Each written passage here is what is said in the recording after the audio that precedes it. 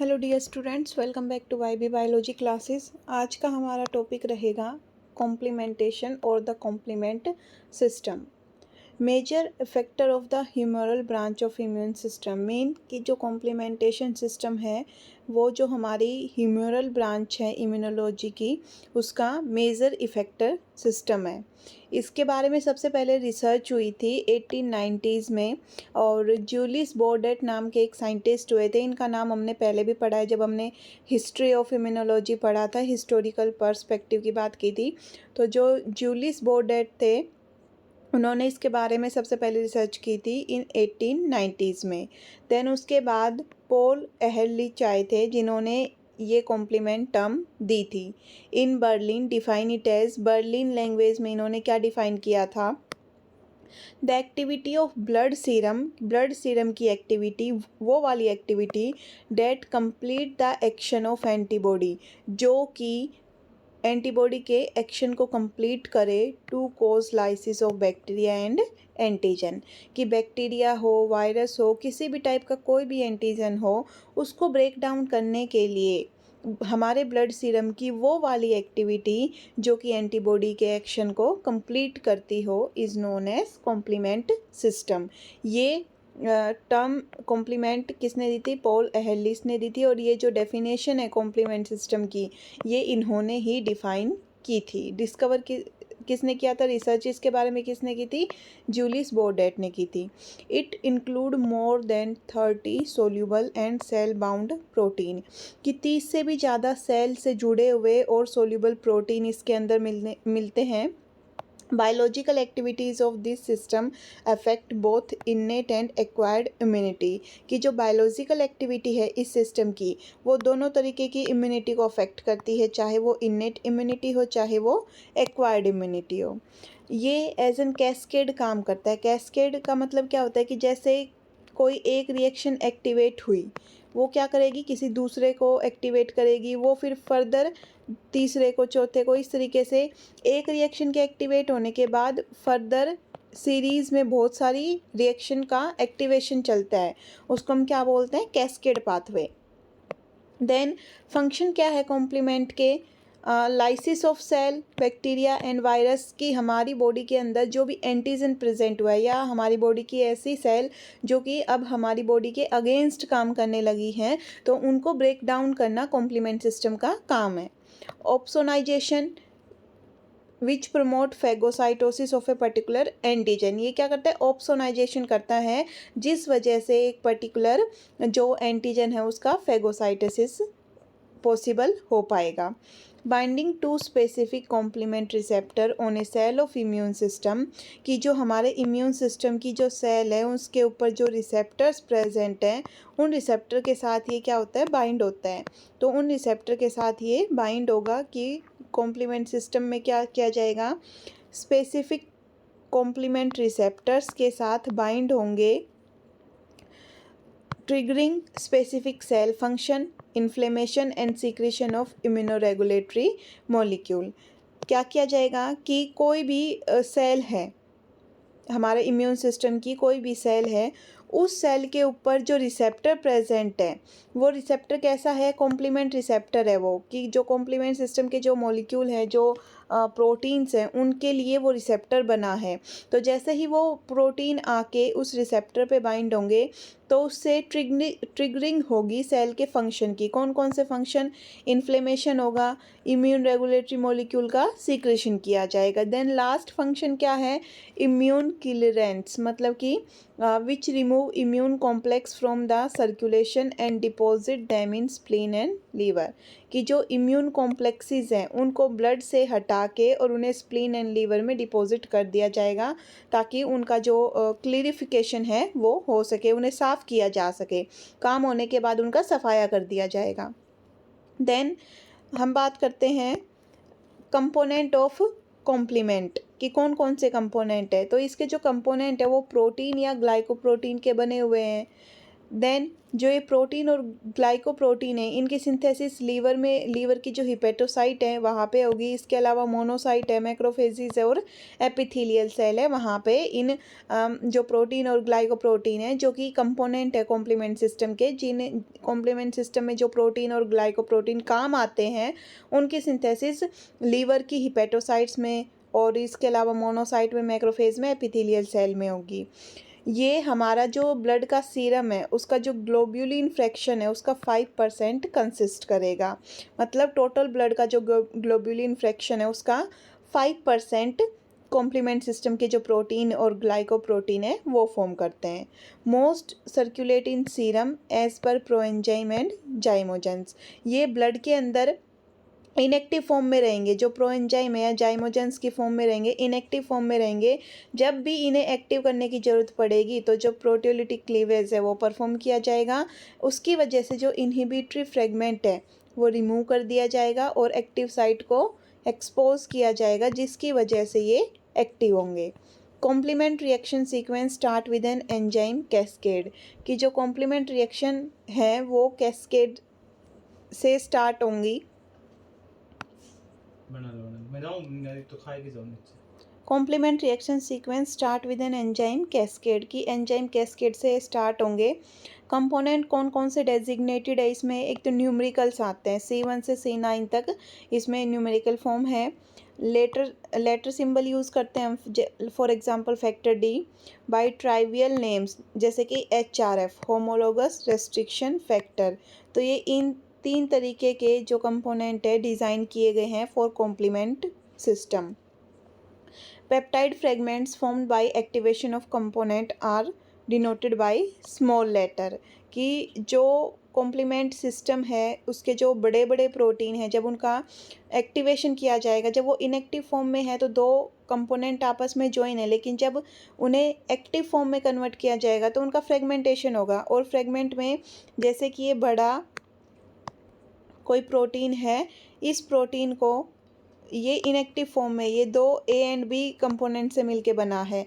After proteolytic cleavage इसके 2 part किए जाएंगे, एक छोटा और एक बड़ा, एक स्मॉलर और एक लार्जर। जनरली हम स्मॉलर पार्ट को A से रिप्रेजेंट करेंगे और ये डिफ्यूज़ अवे हो जाएगा, इसका कोई काम नहीं होता, ये बॉडी में फर्दर डिग्रेड कर दिया जाएगा। जो लार्जर पार्ट है मोस्टली बाइंड होगा सरफेस से of the all cell and it is generally used. C2 एक एक्सेप्शन है इसके केस में। जो जनरली क्या होना चाहिए, नॉर्मली हम देखें तो C2A डिग्रेड होना चाहिए एंड C2B यूज़ होना चाहिए, जैसा कि हमने ऊपर बात की। लेकिन हमने बोला कि ये क्या है, एक एक्सेप्शन है।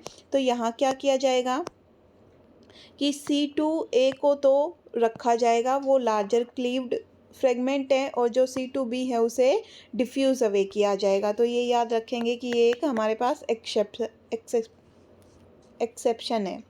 Complement fragment interact with one another to form functional complex. कि जो कॉम्प्लीमेंट फ्रेगमेंट्स हैं वो आपस में एक दूसरे के साथ इंटरेक्शन करेंगे और एक फंक्शनल कॉम्प्लेक्स की फॉर्मेशन करेंगे। Complex jet having enzymatic activities are designated by a bar over the numeral और सिंबल। कि जो सिंबल है या जो न्यूमरल है, जो फंक्शनल कॉम्प्लेक्स है, एंजाइमेटिक एक्टिविटी को शो कर रहा है, उसके ऊपर इस तरीके से ये बार दिखाई देगा। कॉम्प्लीमेंट एक्टिवेशन की बात करें तो इसके लिए हमें 3 पाथवे पढ़ने पड़ते हैं। कौन कौन से? Classical pathway, MB lectin pathway and alternative pathway. Then जो कॉम्प्लीमेंट एक्टिवेशन है उसके अंदर हमें 3 पाथवे पढ़ने हैं। कौन कौन से? Classical pathway, MB lectin pathway, alternative pathway. यानी कि जो कॉम्प्लीमेंट एक्टिवेशन है वो 3 तरीके से हो सकता है, क्लासिकल वे से, एम्बिलेक्टिन के वे से एंड अल्टरनेटिव वे से।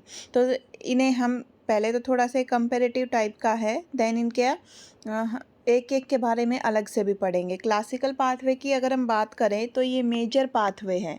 इन तीनों में से सबसे मेजर कौन सा है? Classical pathway. एंटीजन एंटीबॉडी का जो कॉम्प्लेक्स है वो सबसे पहले उसकी फॉर्मेशन होगी। सिर्फ जो फर्स्ट पाथवे है क्लासिकल पाथवे, उसके अंदर ही एंटीजन एंटीबॉडी कॉम्प्लेक्स की फॉर्मेशन होगी। उसके अलावा यहाँ पर सेकंड और थर्ड के अंदर कोई भी एंटीजन एंटीबॉडी की फॉर्मेशन कॉम्प्लेक्स की फॉर्मेशन नहीं होती विदाउट एंटीबॉडी या फिर विदाउट एंटीजन एंटीबॉडी कॉम्प्लेक्स के ये सेकंड और थर्ड वाला पाथवे चलेगा। यहाँ पर क्या किया जाएगा, फर्स्ट वाले पाथवे में जैसे ही एंटीजन एंटीबॉडी कॉम्प्लेक्स की फॉर्मेशन हुई ये एक्टिवेट करेंगे C1Q को, और C1Q के एक्टिवेट होने के बाद जो C1 है वो 3 कंपोनेंट से मिलके बना है QRS। सबसे पहले Q को एक्टिवेट किया जाएगा, Q की ऑटोलिसिस होगी, उसके बाद R की ऑटोलिसिस होगी और उसके बाद S की ऑटोलिसिस की जाएगी। और जो ये कॉम्प्लेक्स बनेगा ये बाइंड करेगा विद रेट्रोवायरस एंड माइकोप्लाज्मा के साथ में। जो एम्बिलेक्टिन पाथवे है उसमें Menon binding protein MBP protein present होगा। यहाँ पर कोई भी एंटीबॉडी प्रेजेंट नहीं होती है, और जो MBP प्रोटीन है वो MASP2 और MASP1 एंड 2 दो कंपोनेंट से मिलके बना है mannose binding lectin associated serine protease.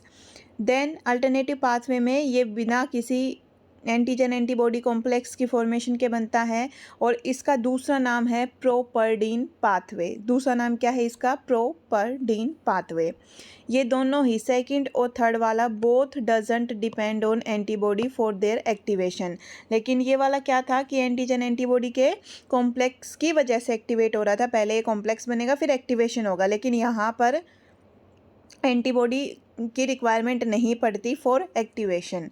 And result of activating all these 3 pathways production of active C5 convertase, कि जो ये तीनों ही पाथवे हैं,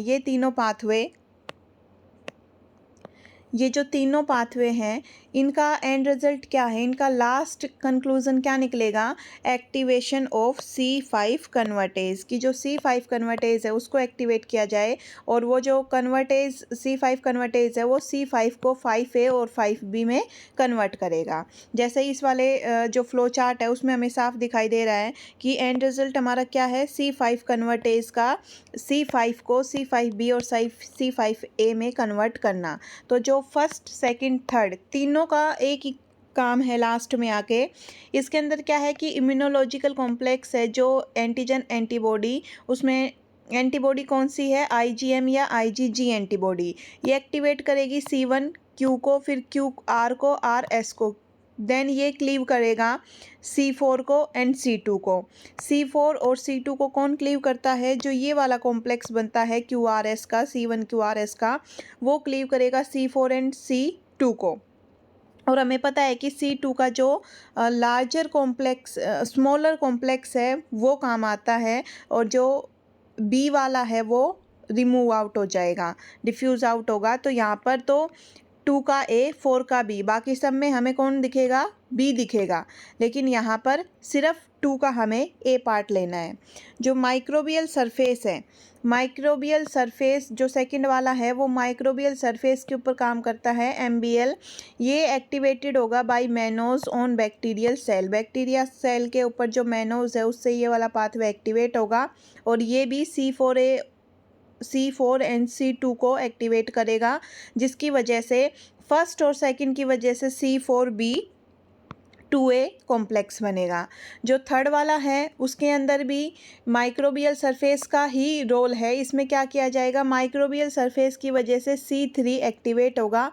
यहाँ पर जो फैक्टर B है वो एक्टिवेट होगा, फैक्टर D है वो काम में आता है, और जो प्रोपर्डीन है वो, ये तीनों एक्टिवेट किए जाएंगे बाय पेप्टिडोग्लाइकन पॉलीसेकेराइड LPS, जो कि स्टेबलाइज करने के काम आते हैं C3B को। तो जो C3 है उससे तो C3B आ गया, और जो B फैक्टर था उससे B आ गया। अब ये जो कॉम्प्लेक्स है उसको हम बोलते हैं C3 कन्वर्टेज। ये जो C3 कन्वर्टेज है फर्दर ये क्या काम करता है, ये C3 को C3A एंड C3B में ब्रेक डाउन करने का काम करेगा। C3A स्मॉलर साइज़ का है, डिफ्यूज़ आउट किया जाएगा, लेकिन जो C3B है लार्जर साइज़ का है, वो क्या करेगा, कॉम्प्लेक्स बना लेगा। 2 कॉम्प्लेक्स बनेंगे, यहाँ से C4B2A साथ में 3B, यहाँ से C3BBB एंड 3V।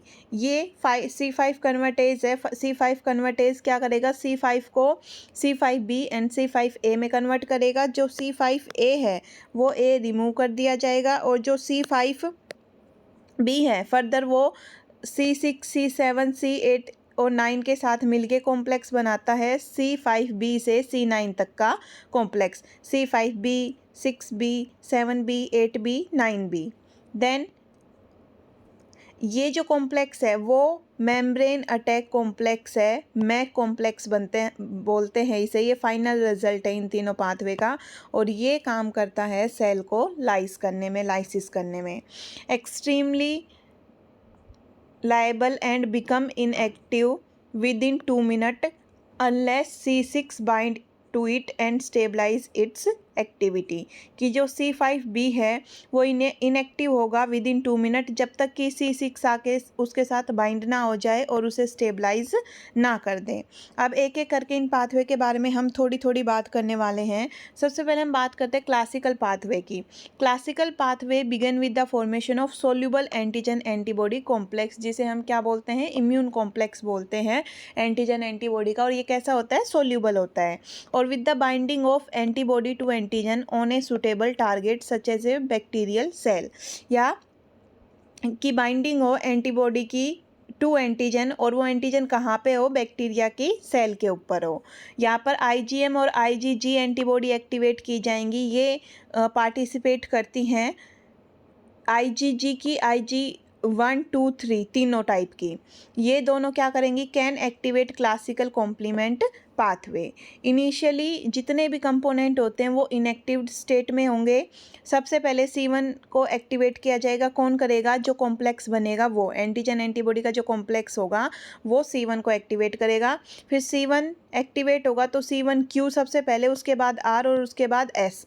तो कॉम्प्लेक्स बनता है C1QR, C1QS, जिससे फाइनल जो टेट्रामर है वो C1QR2S R2S2 बनेगा। टेट्रामर बनता है जो कि कैल्शियम आयन की वजह से स्टेबलाइज किया जाएगा। जो C1R और C1S है वो मोनोमेरिक फॉर्म है।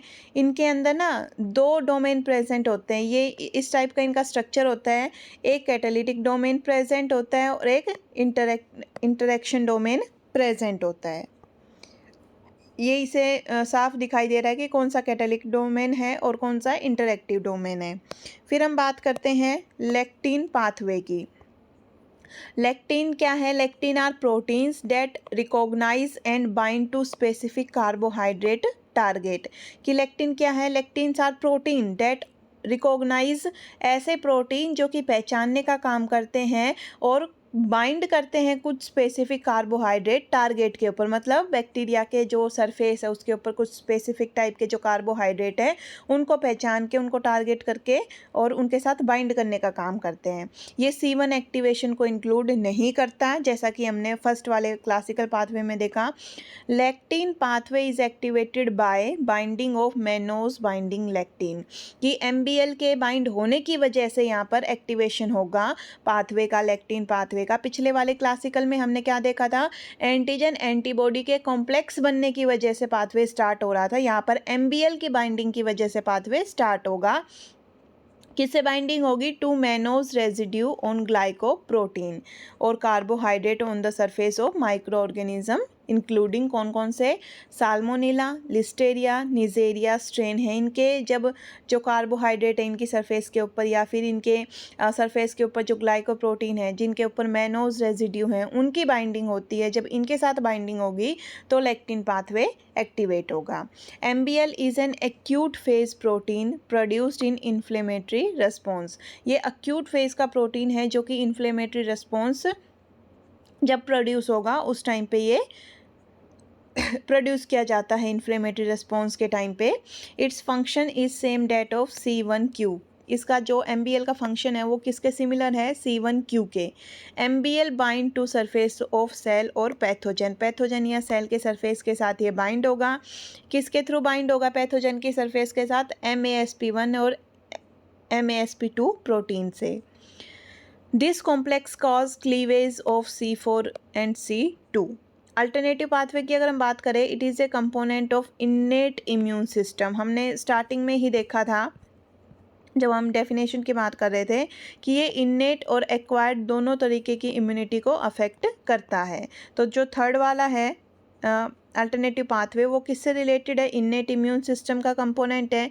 Initiated in most case by cell surface constituent that are foreign to host, कि बाहर से कोई भी टाइप का एंटीजन आया है, बैक्टीरिया है कोई भी, उसकी जो सेल सरफेस के ऊपर जो कॉन्स्टिट्यूएंट प्रेजेंट हैं उनकी वजह से ये पाथवे एक्टिवेट होगा। यहाँ पर कोई भी एंटीजन एंटीबॉडी का कॉम्प्लेक्स नहीं बनता। Gram positive gram negative bacteria हैं for example have cell wall constituent that can activate alternative pathway, कि जो ग्राम पॉजिटिव और ग्राम नेगेटिव बैक्टीरिया हैं उनकी सेल वॉल के ऊपर इस तरीके के सेल वॉल कॉन्स्टिट्यूएंट प्रेजेंट हैं which can activate alternative pathway. The three component pathway converge at membrane attack complex. ये जो तीनों तरीके के पाथवे हैं इनका एंड रिजल्ट ये ही है कि ये जो मैक है, मेम्ब्रेन अटैक कॉम्प्लेक्स है, जो मैक्रोमोलिकुलर स्ट्रक्चर है, सभी उसी को आके लास्ट में एक्टिवेट करते हैं। और ये जो कॉम्प्लेक्स है वो क्या काम कर देता है कि जो टारगेट सेल है उसकी जो मेम्ब्रेन है उसके अंदर लार्ज पोर या फिर इस तरीके के चैनल बना देता है, ताकि जो उसके आयंस हैं, स्मॉलर मॉलिक्यूल है, वो बाहर डिफ्यूज़ आउट हो जाए अक्रॉस द मेम्ब्रेन और उस सेल की डेथ हो जाए। अब रेगुलेशन कैसे होता है इसका, कि हम किस तरीके से रेगुलेट करते हैं कॉम्प्लीमेंट सिस्टम को। ये जो रेगुलेशन वाला पोर्शन है ये आपको बहुत कम जगह देखने को मिलेगा। क्यूबे से ये पूरा जो टॉपिक है वो प्रिपेयर किया हुआ है, रेगुलेशन ऑफ कॉम्प्लीमेंट सिस्टम। अगर आप अपने क्वेश्चन में रेगुलेशन को भी ऐड करते हैं तो ये आपके क्वेश्चन को ज़्यादा इफेक्टिव बनाएगा। 3 तरीके के पाथवे हैं तो 3 तरीके का सबका अपना अपना रेगुलेशन है। जैसे पहले वाले का रेगुलेशन कहाँ 5 जगह पे होता है।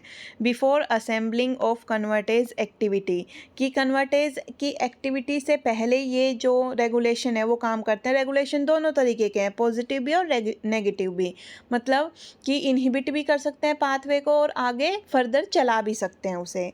C1 इनहिबिटर, जो कि किसे इनहिबिट करेगा, इसका नाम ही इनहिबिटर है, साफ पता चल रहा है। तो ये किस टाइप का पाथवे? नेगेटिवली रेगुलेटेड पाथवे, ये इनहिबिट करेगा। क्या नाम है C1 इनहिबिटर का? C1 lab. ये जो कॉम्प्लेक्स बनता है C1R2S2 जो हमने देखा था अभी,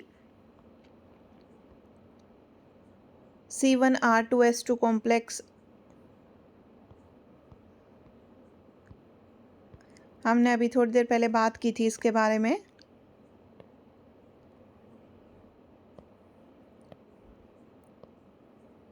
यहाँ पे ये C1QR2S2 जो कॉम्प्लेक्स बनता है उस कॉम्प्लेक्स को ये इनहिबिट करेगा, उसके साथ बाइंड होगा और उसका डिसोसिएशन करवा देगा। क्योंकि यहाँ पर देखो पहले वाले उसमें हमने क्यू देखा था, अब C1 लैब की वजह से क्यू यहाँ से हट चुका है। पहले ये पूरा क्या था? C1QR2S2 था, लेकिन C1 लैब इनहिबिटर की वजह से ये C1Q अलग हो गया और C1R2S2 बच गया। देन दूसरा यहाँ पर कैसे रेगुलेशन होगा? दूसरा यहाँ होगा through association of C4b and C2a। जो ये एसोसिएशन है C4b और C2a है, ये ब्लॉक कर दिया जाएगा by C4b and BP of map. जो मैप है या C4b BP है उसके द्वारा ये एसोसिएशन को ब्लॉक कर दिया जाएगा, तो आगे ये फर्दर काम नहीं करेगा। तो ये भी किस तरीके का रेगुलेशन है? नेगेटिव रेगुलेशन है। इनहिबिटर बाउंड C4b, कि C4b के ऊपर इनहिबिटर बाउंड हो जाएगा, जिस वजह से जो फैक्टर 1 है उसका क्लीवेज होगा और ये पॉजिटिव टाइप का रेगुलेशन है। इसके अलावा 2 तरीके के रेगुलेशन और होते हैं, एक नेगेटिव एक पॉजिटिव। जो इनहिबिटर बाउंड C3b है वो फैक्टर 1 से क्लीव किया जाएगा, जिसकी वजह से रेगुलेशन पॉजिटिव होगा। कि जो फैक्टर 1 है वो इस इनहिबिटर बाउंड को जो C3b के साथ इनहिबिटर चिपका हुआ है उसे क्लीव कर देगा, जिसकी वजह से प्रोसेस आगे बढ़ने लगेगी।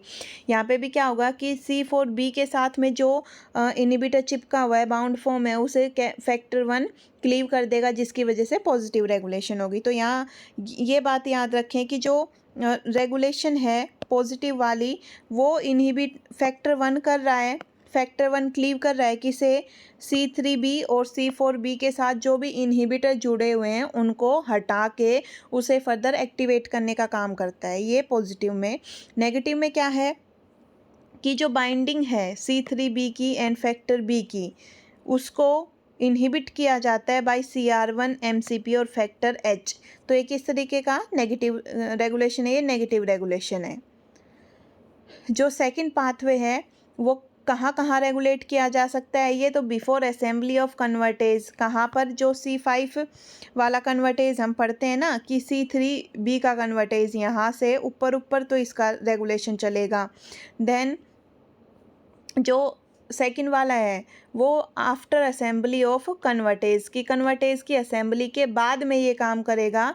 C3 convertase are dissociated by C4BP, CR1 factor H and DAF decay accelerating factor. यहाँ पर सिर्फ एक तरीके से ही रेगुलेशन हो सकता है।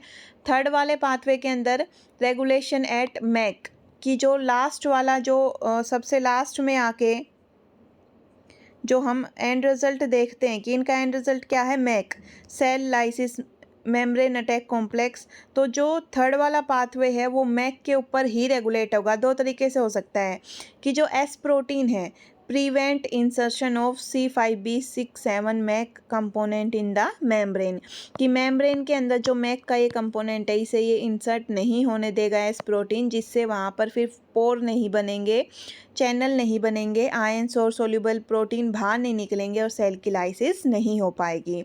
देन HRF जो होमोलोगस रेस्ट्रिक्शन फैक्टर है and membrane inhibitor of reactive lysis M1RL CD59, ये क्या करते हैं, ये C5b678 से बाइंड हो जाएंगे ताकि ये C9 के साथ असेंबली ना होने दे, क्योंकि लास्ट में हमने देखा था 5 6 7 8 9 ये सारे के सारे एक साथ ज्वाइन थे, लेकिन ये क्या करेंगे C9 को असेंबल नहीं होने देंगे। कौन कौन, ये एक तो ये वाले इनहिबिटर और एक HRF, ये दोनों C9 के साथ में 5 6 7 8 को कंबाइन नहीं होने देंगे, जिसकी वजह से पूरे मैक की फॉर्मेशन अच्छे से नहीं हो पाएगी। तो ये है regulation of all these 3 pathway. तो ये काफ़ी इंपॉर्टेंट है। हमने देखो रेगुलेशन पढ़ा, तीनों पाथवे अलग अलग करके पढ़े हैं, तीनों पाथवे को एक साथ पढ़ा है, फिर ये देखा है कि ये वाले जो पाथवे हैं इनकी एक टाइप से कि ये एक्टिवेट कैसे होते हैं। देन इनके बारे में थोड़ी सी इनके इंट्रोडक्शन से रिलेटेड बात की है, कौन कौन से कंपोनेंट होते हैं वो बात की है, थोड़ी सी इसके फंक्शन के बारे में बात की है, डिस्कवरी किसने की है। तो ये है हमारा कंप्लीट एक्सप्लेनेशन अबाउट कॉम्प्लीमेंटेशन और the complement system in immunology. I hope आपको ये वीडियो पसंद आई होगी। अगर आप फर्दर ऐसी वीडियो चाहते हैं तो प्लीज़ चैनल को सब्सक्राइब करें, वीडियो को लाइक करें। Thank you for